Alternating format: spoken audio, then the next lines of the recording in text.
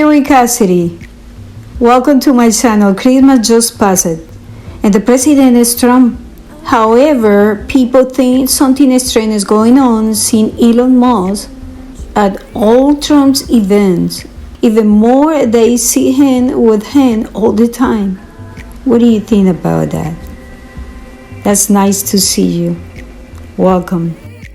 Well, I think that, Trump is a very interesting mercurial character, and he is sort of the consummate actor and performer. And I think he is careful. I think you have to understand the White Hat's way of operating, which is to keep their friends close and their enemies closer, which is to watch the people who might cause them trouble and have them close at hand so that they can influence them, I believe, and obviously watch them. And I think in the case of Elon, he brings a lot to the table. He's always worked for the dark side for a long time. They financed him. And so I think that Trump knows this. Trump is not stupid, okay?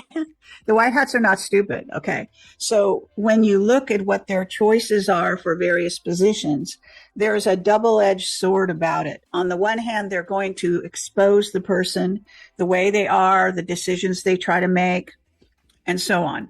But in the situation that he's in now, he can actually interfere with their sort of decisions and bring it to the fore and let people know who they really are. And then he can replace them if he needs to, right? So that's what I think. I think that Musk is one of those people that he wants to watch carefully. Yes.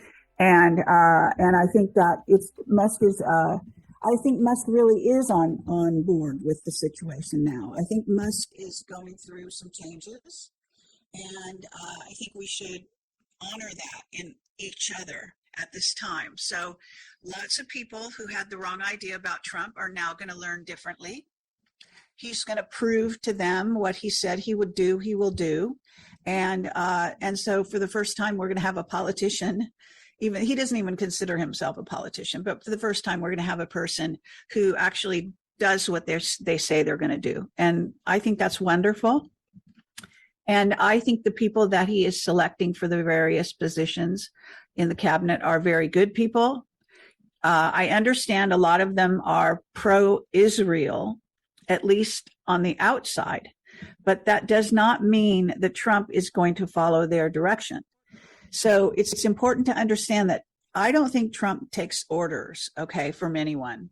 Now, I understand that he may get money from people, and that might influence. In other words, he's all about making a deal. He's all about getting his way and the way of the American people. So I think you can trust him. I actually believe he's a trustworthy person. I think he has a good heart.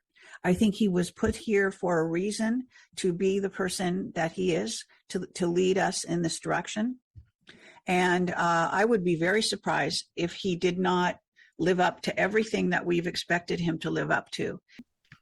And closing down the border so that people are not coming in and the fentanyl is not coming in, this kind of thing. I think he will also make decisions that have never been made for America in so many years that could really benefit our lives. It is true that the White House has been helping Trump just as the military has. It is really Trump who called himself the chosen one. Well, yes. I mean, there's only a portion of our military, the Space Force predominantly, that is on the side of Trump. Okay.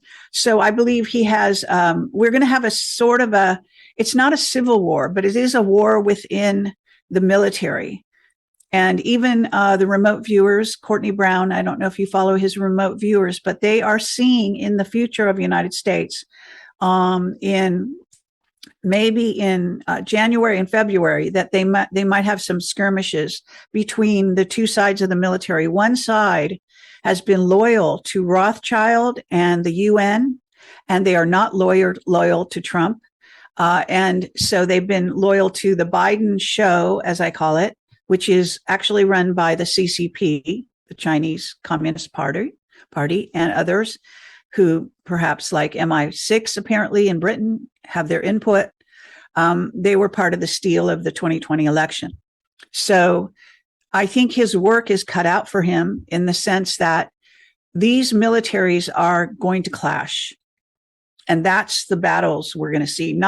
I don't think we're going to see battles between, citizens. Okay. I don't think that's going to happen.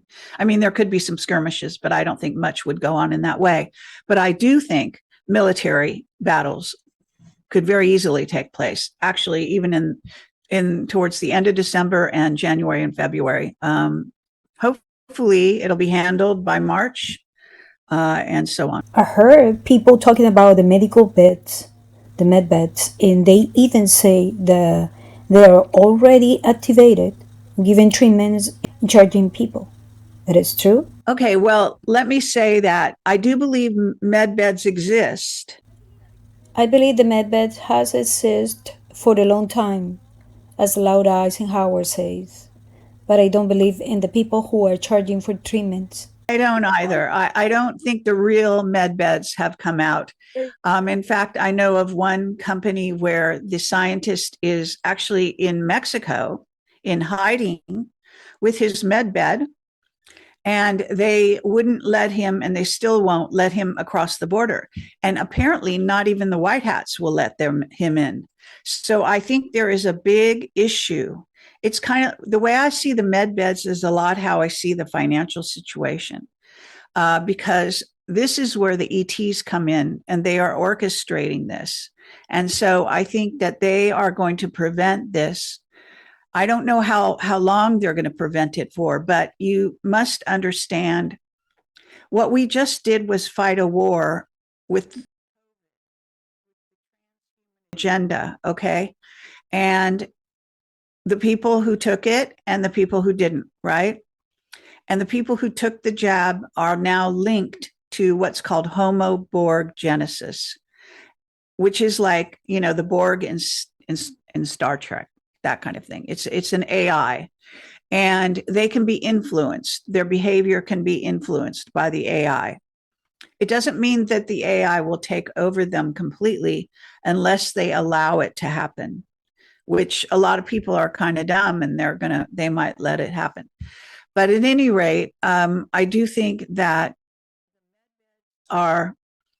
if you think about it, for the last 4 or 5 years, they have spent all their time, the dark side, trying to, yeah. So because the people who couldn't handle the jab, their bodies couldn't handle the transformation into a transhuman, would have medical problems and die. And they knew that. They just think of it as collateral damage. And so the people that refuse the jab, even they are exposed to the nanographene oxide and the spike protein packages that have entered our atmosphere through chemtrails, groundwater. It's in our clothing, it's in our food, and this has been proven. Okay, so even we that are not jabbed are being exposed to these nanos, and so I think that they have spent all this time trying to change our DNA, trying to change humanity. And this is being orchestrated not from the surface Earth, even though they found some documents recently that point to the Pentagon as being in charge, right? But what it really does appear is that this is coming from the direction of the secret space program, that our real government here on surface Earth is not Trump, as much as I wish it was. And it is not the white hats. It is actually the secret space program. They are the ones who have been running things for a long, long time. And they are working with negative ETs like reptilians. And this came out in my interview with William Tompkins and others. And they have worked also with the good side, the Pleiadians, in the past. But what we understand right now is that predominantly our secret space program has been working with the dark side.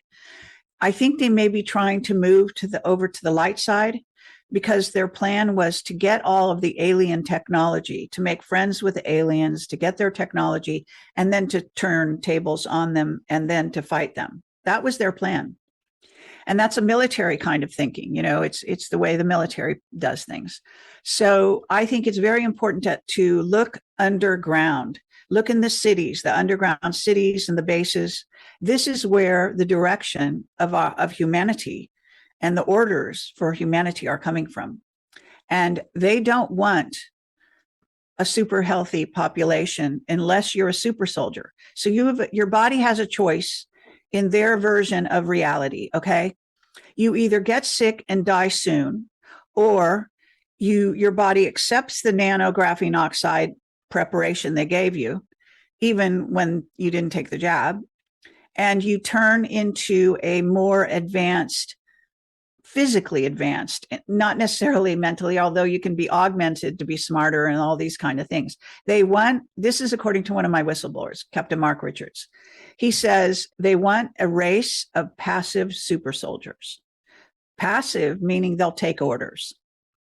So if you fit into their program, that's what they want. Now, I think that Trump and the White Hats have to make a deal, or a lot of deals, and they have to negotiate not only with the secret space program and the people that run it, but the reptilians that they work with, and also other alien races that are also involved already in colonizing other planets, the moons of Saturn and Jupiter, and going outside our solar system using, fusion technology, as well as, free energy and a neutron star technology to actually fuel our space travel.